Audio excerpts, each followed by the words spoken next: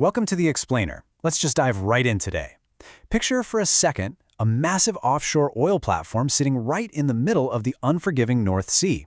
Now, if you've ever seen photos of these megastructures, you know they look absolutely overwhelming. It's just a dense jungle of metal, with pipes of all sizes running in literally every conceivable direction. But here's the secret. Not a single inch of that piping is random. It's an intricate, highly pressurized circulatory system. So today, we're going to look at the incredible engineering and the microscopic precision required to actually build that system. We're going to track the journey of one of the absolute fundamental building blocks of offshore construction, and that is the pipe spool. Here's our roadmap for today's explainer. We're covering the prefabrication strategy, offshore welding processes, hunting for microscopic defects, the traceability paper trail, and finally, offshore assembly. Let's get to it. Section 1. The prefabrication strategy. Building safely on dry land. Okay, to understand how we build these things, we really have to look at the core engineering problem. You might think that when building an offshore platform, you just send a bunch of welders out into the middle of the ocean to weld all the pipes together right there on the deck, but no way, we definitely don't do that. Doing all this welding in situ, which just means on-site, offshore, would be enormously expensive. It'd be incredibly time-consuming, and you'd be fighting hostile weather, rocking vessels, and corrosive salt spray the whole time. It's a nightmare. So instead, the logical solution is workshop prefabrication. We keep the work in a highly controlled onshore environment where fabrication is super efficient and, most importantly, where we can maintain rigorous, absolute quality control. So what exactly is a pipe spool? Well, it's a pre-assembled, single length of pipe, usually with flanged ends, that is fabricated entirely in a workshop before ever being transported offshore. Honestly, think of it like a giant, high-stakes Lego brick. By breaking this massive process piping system down into these modular, manageable spool pieces, we make offshore construction entirely possible. Section 2. Offshore welding processes. Joining the steel. Let's step inside that onshore fabrication workshop for a minute. Here, the raw steel pipe is cut, the edges get beveled, and the pieces are carefully fitted up. But I really want you to consider the immense stakes here. How do we guarantee a perfect joint that can actually withstand extreme hydrocarbon pressure? Because remember, these lines are carrying crude oil, gas, and condensate. If a weld fails on a water line, sure, you get a puddle. But if a weld fails on a high-pressure hydrocarbon line, you release a flammable cloud that can literally turn the entire pipe into a bomb. So perfection isn't just a goal here, it's an absolute requirement. To hit that level of perfection, fabrication shops use very specific, highly controlled welding processes. First up, we've got TIG welding, or gas tungsten arc welding. Now, this is relatively slow, but the quality is unmatched. It's generally used for the root pass, that absolutely crucial first pass that penetrates the joint, and also for small bore or stainless steel piping. Next, to build up the thickness of the weld, they might switch over to MMA or SMAW, which you probably know as stick welding. It's super flexible and versatile, making it perfect for the fill and cap passes on carbon steel. And finally, for high-volume, highly consistent results, especially when we're talking about subsea flow lines or stainless steel, we use automatic orbital welding. This is so cool, the torch literally rotates around the pipe entirely on its own, delivering a flawless, machine-perfect weld every single time. Section 3. Hunting for microscopic defects. Non-destructive examination, or NDE. Okay, so we've welded the spool. Now we have to prove that weld is completely flawless, and we have to do it without breaking it apart to check, so we shift from the macro scale of welding to the micro scale of defect hunting. Depending on how critical the pipe is, sometimes up to 100% of the butt welds have to be examined. Let's break down the 4 main methods here. Notice how the top 2 deal with deep, volumetric defects. Radiographic testing, or RT, uses literal X-rays to see straight through the weld, revealing deep, internal flaws like tiny gas bubbles, which we call porosity, or trapped slag. Then there's ultrasonic testing, or UT.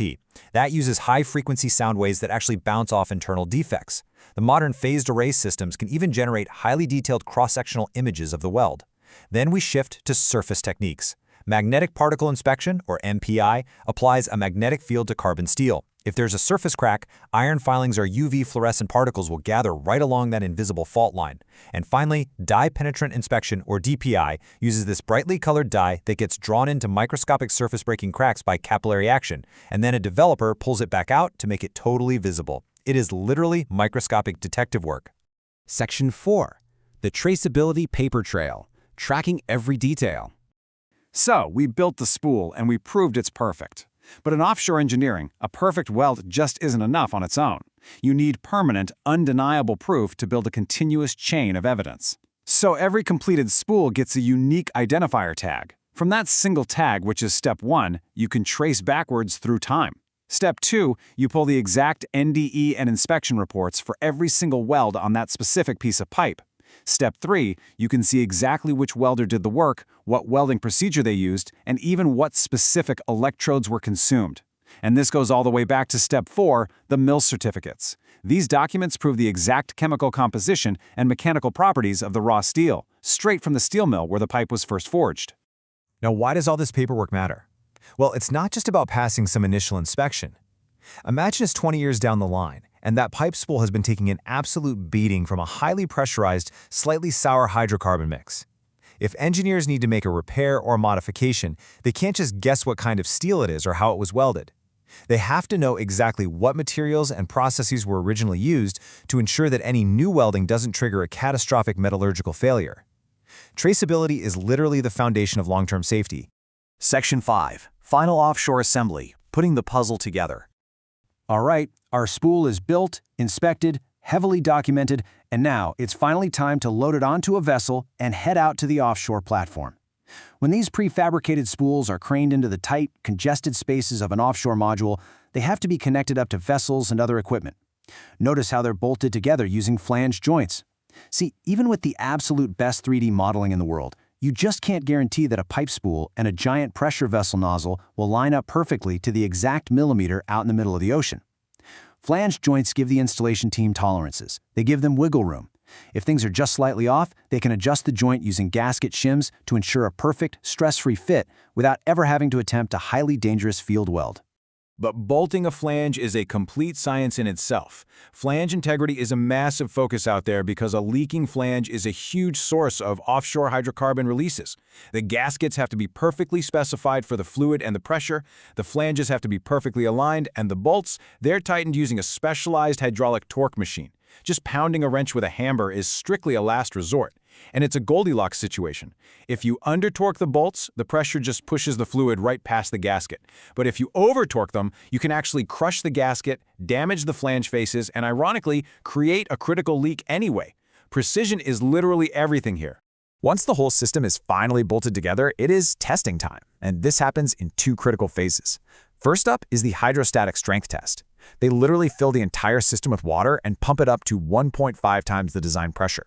Now, why water? Because water doesn't compress. If a weld somehow fails under that massive pressure, the pipe just cracks and trips water. It doesn't explode. So this proves the structural integrity. But water isn't going to find every microscopic gap. So after the water is completely drained, they perform a pneumatic leak test. They use nitrogen at a much lower pressure to verify those final installed flange connections. This final commissioning step is really the last line of defense. Often, they'll mix just a trace amount of helium into that nitrogen gas. Helium atoms are incredibly tiny. Technicians will literally walk around the platform and sniff every single flanged connection with a highly sensitive sensor. If there's even the slightest leak path, the helium will find it. And this absolutely has to be verified before a single drop of volatile oil or gas is ever allowed to flow through the system. So we've traced the entire journey, from a raw piece of steel pipe in an onshore workshop, through meticulous welding and microscopic X-rays, across a massive paper trail of traceability, all the way to a bolted, pressure-tested flange sitting out in the middle of the ocean. The next time you see a picture of a massive offshore platform, don't just look at the overall size of the thing. Look a little closer at the piping. Ask yourself, how many perfectly tracked, micro-inspected pipe spools are working together right at that moment, silently holding back immense pressure just to keep that entire structure from failing? It truly is a hidden triumph of engineering. Thanks so much for joining me in this explainer, and keep asking those great questions.